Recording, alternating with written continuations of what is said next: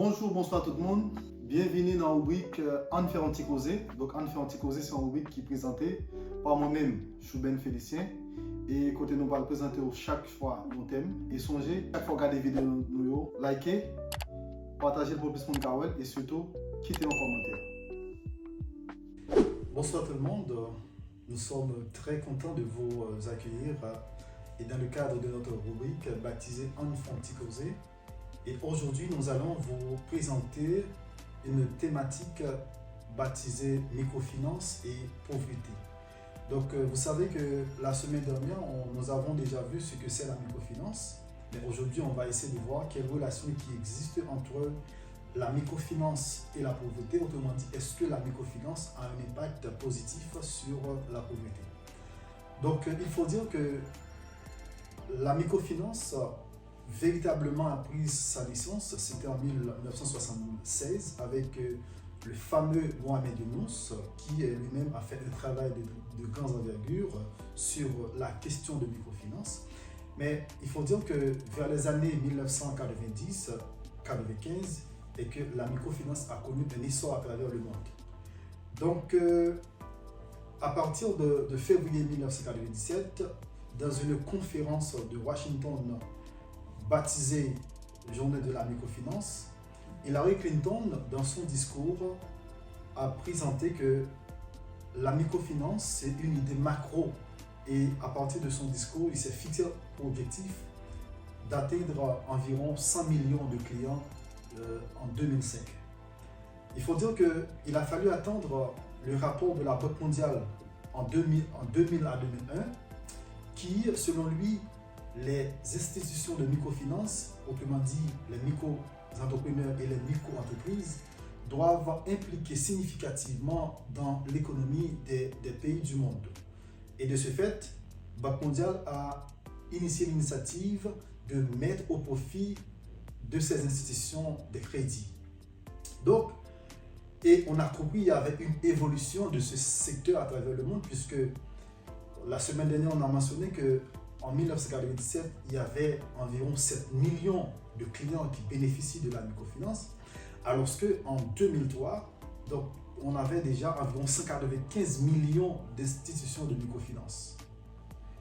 Alors qu'en 2013, selon OID, on avait déjà 211 millions de personnes qui ont bénéficié de la microfinance. Donc, parler de microfinance et pauvreté, il faut savoir ce que c'est la pauvreté. Donc, parler de pauvreté en économie, il faut mentionner un économiste de très renommé. C'est ce monsieur qui s'appelle Amartya Sen. Et d'ailleurs, c'est celui qui a obtenu le prix Nobel en économie. Donc, Amartya Sen a compris que pour les pauvres, la pauvreté est considérée comme une pauvreté absolue dans la mesure où elle est considérée comme une privation des ressources minimales nécessaires au libre exercice des droits que Amartya Sen jugeait de droits inaliénables, des droits humains inaliénables. Donc, selon Amartya Sen, la pauvreté est caractérisée par des formes de dénuement qui limitent la capacité vraiment des personnes à se fonctionner socialement et à saisir les opportunités socio-économiques. Et c'est ce thème qu'il a développé, la capacité. Et selon lui, cette capacité correspond à la liberté réelle à prendre part à la vie.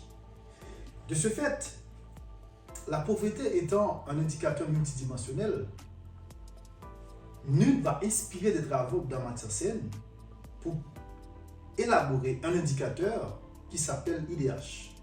Donc, qui va prendre en compte à la fois la santé, l'éducation et le revenu. Mais il faut dire que parler de la pauvreté, il existe la pauvreté monétaire et la pauvreté non monétaire. Donc, la pauvreté monétaire est considérée comme un seuil de revenu à partir duquel la personne peut utiliser pour satisfaire ses besoins, pour acheter un ensemble de biens et de services. Il y a certaines organisations qui définissent un seuil pour cet indicateur. Mais la pauvreté non monétaire est beaucoup plus complexe puisque cette pauvreté prend en compte au non-accès de la population à certains services de base, à certaines infrastructures. Maintenant, la pauvreté et la microfinance. Maintenant, pour savoir si la pauvreté, si la microfinance a un effet positif sur la pauvreté, il a fallu maintenant présenter certains travaux de certains auteurs qui ont travaillé sur cette thématique.